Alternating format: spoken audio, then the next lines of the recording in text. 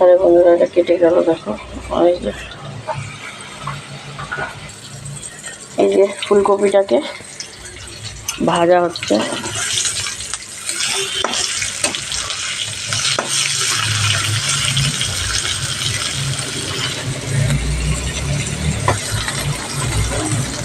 আমি এই তেলেই রান্না করবো, এর থেকে বেশি তেল লাগবেও না।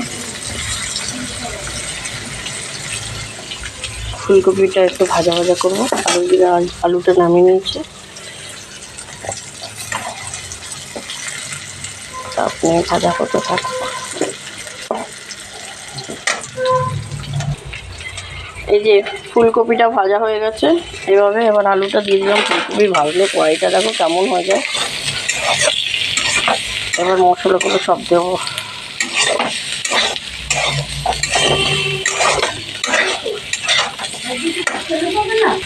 এই যে এটা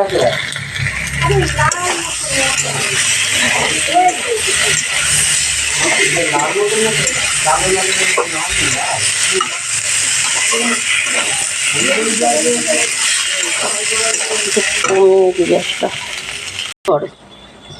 আতুর কম। এই যে সব মশলা দিয়ে এই যে কষাচ্ছি। জানি না কেমন হবে।